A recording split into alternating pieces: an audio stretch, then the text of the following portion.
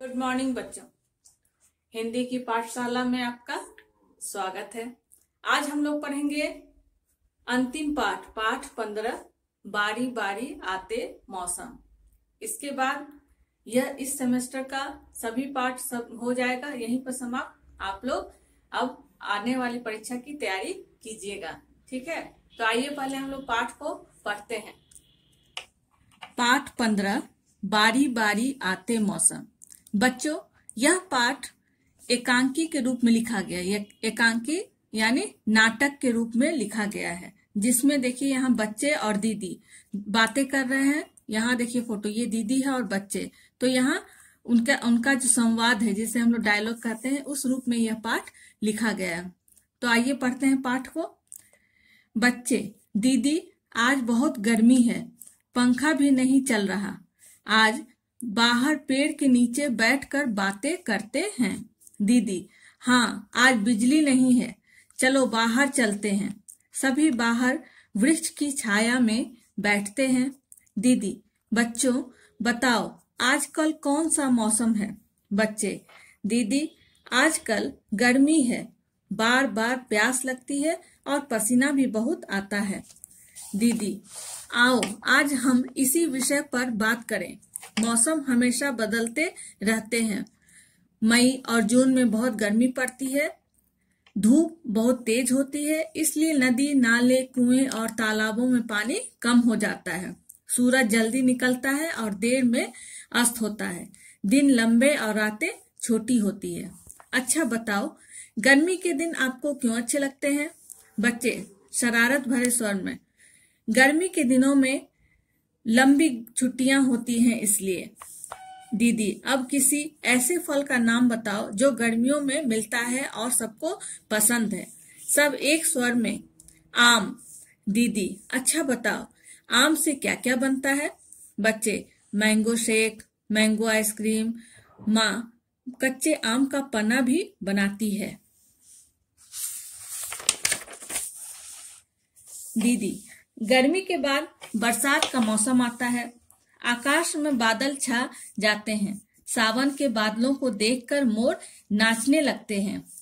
उमड़ घुमड़ कर आए बादल, मोर भी तब आ जाते हैं। नीलम जैसे पंख फैलाकर अपना नाच दिखाते हैं। बच्चे: सावन के महीने में ही राखी का त्योहार भी मनाया जाता है। दीदी: हाँ, बरसात कम होते ही हवा ठंडी होने लगती है और धीरे धीरे सर्दी ऋतु आ जाती है।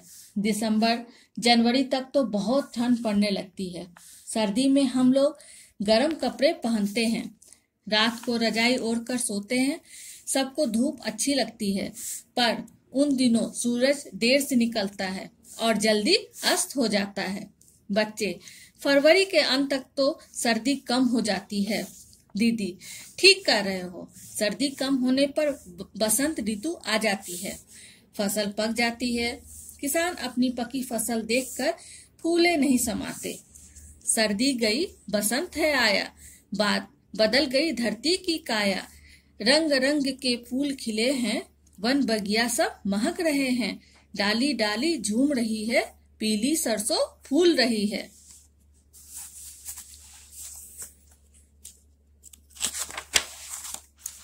बच्चे: दीदी, हम तो सर्दी के समाप्त होने पर होली के त्योहार की राह देखते हैं। बहुत मजा आता है और मुंह पर गुलाल लगाने और कपड़ों पर पिचकारी से रंग डालने में। दीदी: बच्चों, इस तरह ऋतुएं सदा बदलती रहती हैं। प्रत्येक ऋतु का अपना ही आनंद है। तो ये थी ऋतुओं के बारे में। आइए अब इसके बाद हम लोग शब्दार्थ देखते हैं। पाठ में शब्दार्थ दिया गया है। विषय बारे में: अस्त, डूबना, आकाश, आसमान, ऋतु, मौसम, ओढ़कर, ऊपर लेकर, फसल, गेहूं, धान आदि, काया, शरीर, रूप, रंग। शब्दार्थ को आप लोग अपनी कॉपी में लिखिएगा। फिर है मुहावरे: फूला नहीं समाना, बहुत खुश होना, राह देखना, इंतजार करना। इसके बाद है प्रश्नोत्तर। प्रश्नोत्तर मौखिक और लिखित हम लोग लिखेंगे अभी। इसके बाद देखते हैं हम लोग को पुस्तक में क्या करना है। तो प्रश्न 2 जो है, शब्द चुनकर वाक्य पूरे करो। इसे आप लोग अपने पुस्तक में ही कर लीजिएगा। देखिए यहाँ वाक्य दिया, ये शब्द दिया गया है, इससे यहाँ भरना है। गर्मी में रातें छोटी होती है, सर्दी में रातें लंबी होती है, अधिक बरसात होने से बाढ़ आ जाती है, बसंत ऋतु में फूल खिल जाते हैं, सर्दी के समाप्त होने पर बसंत ऋतु आती है।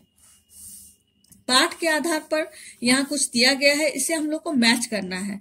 यहाँ वाक्य दिया गया है और इसके अनुसार इसे सभी मौसम में क्या क्या होता है वो घटना दिया गया है। बहुत पसीना आता है, कब पसीना आता है? तो गर्मी में। तो यहाँ हम लोग लिख लेंगे इस तरह से, गर्मी। ठीक है। फसल पक जाती है, बसंत। इस तरह हम लोग यहाँ लिख लेंगे। मैच इस तरह नहीं करके इस तरह से लिखने से ज्यादा अच्छा है। फिर मोर नाचता है, मोर कब नाचता है? वर्षा। सूरज जल्दी निकलता है, सूरज कब जल्दी निकलता है? गर्मी। धूप अच्छी लगती है, सर्दी। तो इस तरह से इसे भी पुस्तक में ही यहाँ पेंसिल से आप लोग लिख लीजिएगा। इसके बाद है भाषा से। भाषा से को भी हम लोग पुस्तक में ही कर लेंगे। यहाँ फिल इन द ब्लैंक्स है और इसमें लिखना है जब और तब। तो देखिए यहाँ पर एक हम लोग को उदाहरण देकर समझाया गया है। क, जब सर्दी पड़ती है तब हम गर्म कपड़े पहनते हैं। उसी तरह नंबर ख में भी जब बरसात का मौसम आता है तब बारिश होती है, जब गर्मी पड़ती है तब तेज धूप होती है, जब बसंत ऋतु आती है तब फूल खिलते हैं। तो एक जगह जब होगा और एक जगह तब। ठीक है। इसके बाद है भाषा से का नंबर 2। देखिए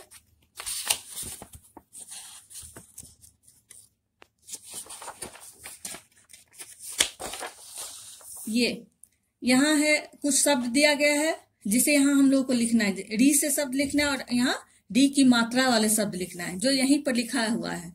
ऋतु, ऋषि, यहाँ हम लोग लिख लेंगे ऋषि।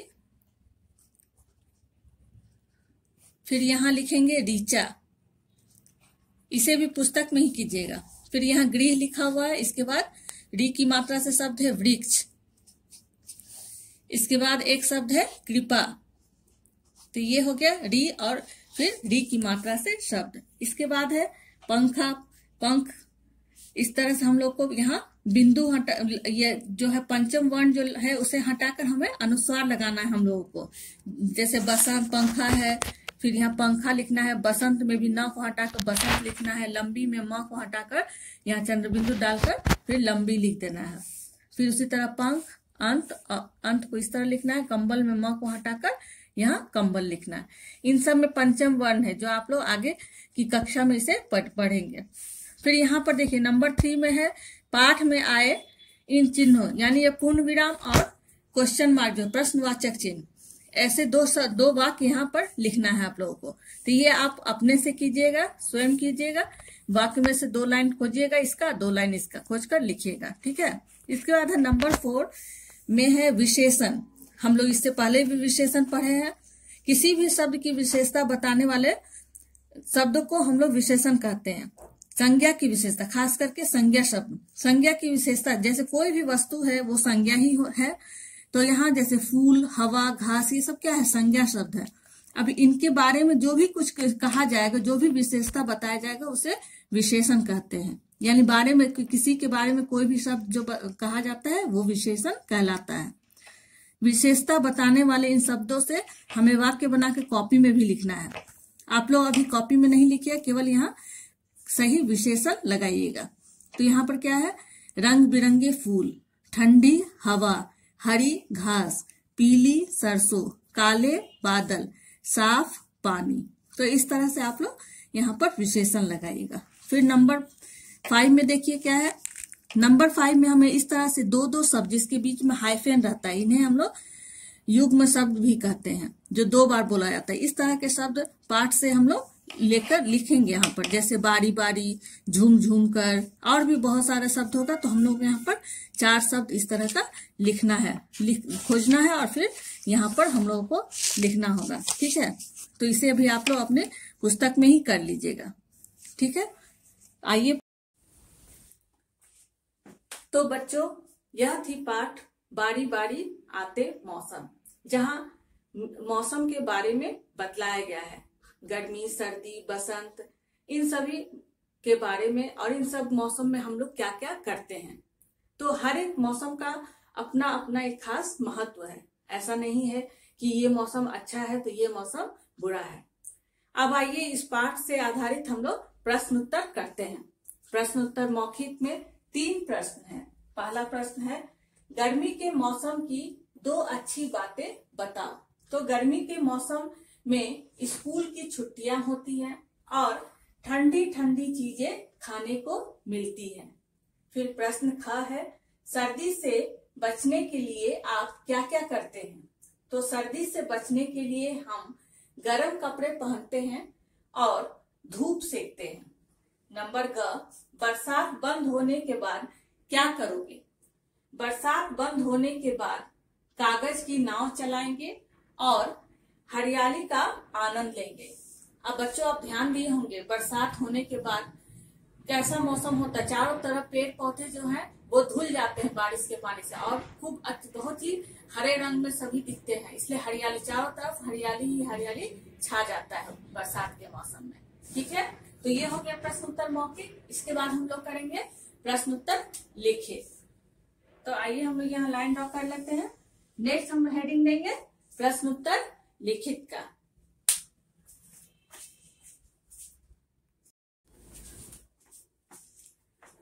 प्रश्न उत्तर मौखिक करने के बाद आप लोग कीजिएगा प्रश्न उत्तर लिखित। प्रश्न उत्तर मौखिक में भी 3 प्रश्न था और लिखित में भी। तो आइए देखते हैं उन प्रश्नों को। प्रश्न क है, देखिए, गर्मी में नदी तालाबों में पानी कम क्यों हो जाता है। उत्तर है, गर्मियों में सूरज की तेज गर्मी से नदी तालाबों का पानी सूखने लगता है और इसलिए पानी कम हो जाता है। ठीक है, इसके बाद है प्रश्न ख, आम से बनने वाली 4 चीजों के नाम लिखो।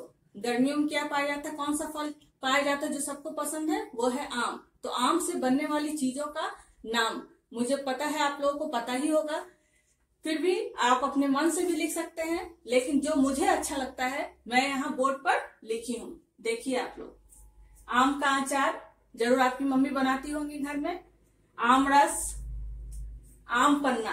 आम पन्ना कच्चे आम को उबालकर जो बनाया जाता है, उबालकर या उसे जलाकर, जो लू से हमें बचाती है। फिर है मैंगो शेक, जो आप सबका फेवरेट है, पसंदीदा। इसके बाद है नंबर ग, बसंत ऋतु में धरती पर क्या क्या दिखाई देता है। तो उत्तर होगा, बसंत ऋतु में धरती पर रंग बिरंगे फूल और पीली सरसों दिखाई देती है। तो इसी के साथ ये प्रश्न उत्तर यहीं समाप्त हो गया। आप लोगों को इस वीडियो के साथ असाइनमेंट भी भेजा जाएगा, उसे अपनी कॉपी में लिखिएगा और जिसे पुस्तक में लिखने के लिए कहा गया है उसे आप अपनी पुस्तक में लिखिएगा। ठीक है, तब तक के लिए धन्यवाद।